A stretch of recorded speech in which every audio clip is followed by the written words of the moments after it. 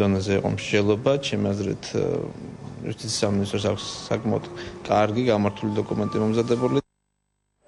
ცვლილებები შედის პატიმართა კოდექსშიც. პარლამენტის ადამიანის უფლებათა დაცვის კომიტეტი პატიმრობის შესახებ კოდექსის პირველი მოსმენით განხილვას იწყებს.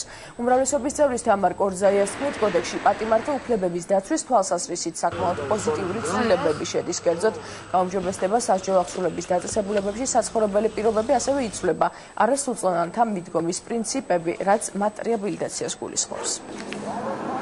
Pozitīvi ცვლილებები შედის პატიმართა უფლებების დაცვის თვალსაზრისით, მათი საცხოვრებელი პირობები იქნება გაცილებით უფრო გაუმჯობესებული, ფართი მათი სამყოფი ადგილის.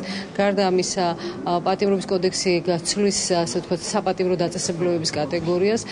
ყველაზე მნიშვნელოვანი რაც არის, მაგალითად, იცვლება სრულად პრინციპი არასრულწლოვანთა მიდგომის და ისინი არ იქნებიან ჩვეულებრივ საპატიმრო დაწესებულებაში.